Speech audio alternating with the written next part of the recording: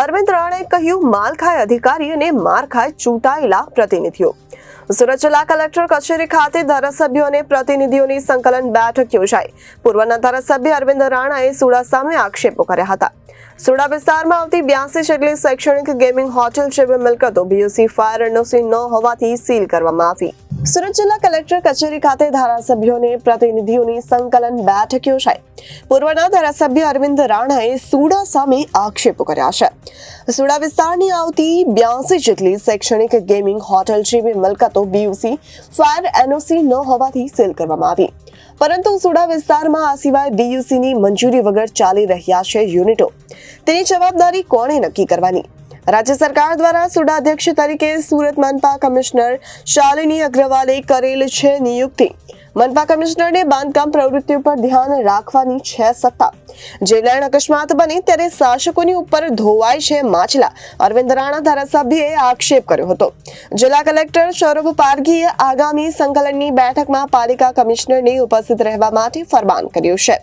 આચાર સંહિતા પૂરી થઈ એટલે સુરત કલેક્ટરશ્રીની અધ્યક્ષતામાં માનનીય ધારાસભ્યશ્રી અને સંસદ સભ્યશ્રીની સંકલન સમિતિ મળી હતી.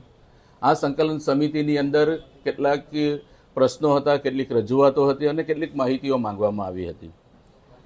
એ માહિતીના ભાગરૂપે સુડા વિસ્તારની અંદર જે રાજકોટમાં ગમખ્વાર ઘટના બની, જીવતા બાળકો, નિર્દોષ બાળકો ભૂંજાયા, કેટલાક લોકોને જે ખરાબ પરિસ્થિતિ આખા રાજ્યમાં બની અને એના ભાગરૂપે સુડા વિસ્તારની અંદર પણ આવી સીલિંગની કાર્યવાહી ચાલુ થઈ. એની માહિતી માંગવામાં આવી હતી.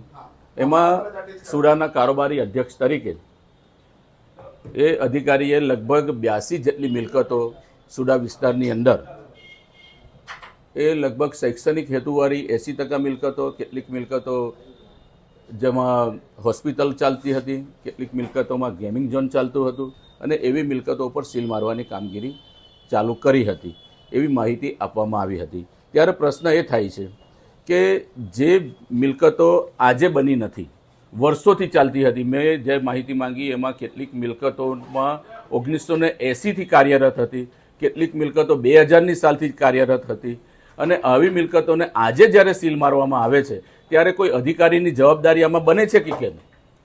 સુડાના કારોબારીના અધ્યક્ષ તરીકે સુરત મહાનગરપાલિકાના મ્યુનિસિપલ કમિશનર છે અને એની જવાબદારી આવે છે કે સુડા વિસ્તારની અંદર જે કંઈક બાંધકામની પ્રવૃત્તિ ચાલે છે એની પર નિયંત્રણ રાખવાની જવાબદારી GDCR પ્રમાણે એક કોમ્પિટન્ટ ઓથોરિટી તરીકે મ્યુનિસિપલ કમિશનરની છે. ત્યારે મ્યુનિસિપલ કમિશનરશ્રીએ પોતાના તાબાના અધિકારીઓની ઉપર આવા પગલાં લેવા જોઈએ.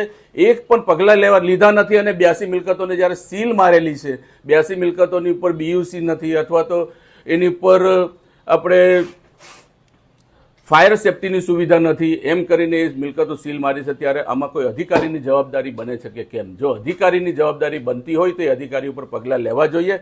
કારણ કે જેની સીલ મરાય છે તે લોકો ચૂંટાયેલા પ્રતિનિધિ તરીકે જ્યારે અમારી પાસે રજૂઆત કરવામાં આવે છે ત્યારે એ લોકોનો જે આક્રોશ હોય છે કે જે તે વખતે જે અધિકારી છે, જેની જવાબદારી છે તેને આ કામગીરી કરવી જોઈતી હતી અને કામગીરી કરી નથી અને આજે અમારા મિલકતો પર સીલ મારે છે. ત્યારે એક ચૂંટાયેલા પ્રતિનિધિ તરીકે અમારી જવાબદારી બને છે કે જે અધિકારીઓએ કાયદાનું જેને રક્ષણ આપ્યું છે, કાયદાનું જેને અનુશાસન લાવવાની જેની જવાબદારી છે, જ્યારે લાવતા નથી ત્યારે માલ ખાય અધિકારી અને માર ખાય ચૂંટાયેલા પ્રતિનિધિ, એ હવે સુરતમાં ચાલવાનું નથી. કાકા, કઈ રીતનો અધિકારીઓની મનમાની ચાલતી હોય છે?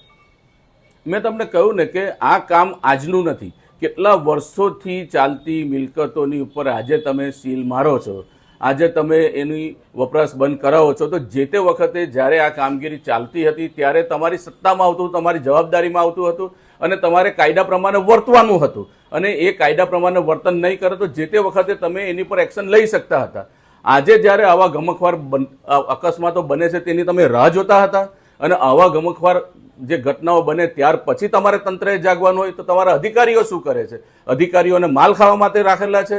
તો એટલા માટે આ જે આક્રોશ છે, જે જન આક્રોશ છે, એ પ્રજાનો આક્રોશ છે અને પ્રજાના ચૂંટાયેલા પ્રતિનિધિ તરીકે અમારી જવાબદારી બને છે અને જવાબદારી અમે સંકલન સમિતિમાં નિભાવી છે. અધિકારીઓ ભ્રષ્ટાચાર ક્યાંક ને ક્યાંક કરતા એવું લાગે, તમારું શું કહેવું છે? હું તમને આ જ કહું છું ને કે જે કાયદામાં જોગવાઈ છે એ જોગવાઈ પ્રમાણે કોઈ વ્યક્તિ કામગીરી નહીં કરતી હોય તો એની પર નિયંત્રણ રાખવાની જવાબદારી કાયદામાં સરકારી અધિકારીઓને આપી છે. આ સરકારી અધિકારીઓ જો પોતાની કામગીરી નહીં કરતા હોય તો એનો સીધો સ્પષ્ટ આક્ષેપ નહીં, પરંતુ એ પુરવાર થતી હકીકત છે કે એને ભ્રષ્ટાચાર કર્યા વગર એ મિલકતો એને શરૂ કરી જ નહીં શકે, એ કરાવી છે, એનો એ સીધો રિપોર્ટર અરવિંદ રાઠોડ, જનાદેશ ન્યૂઝ, સુરત.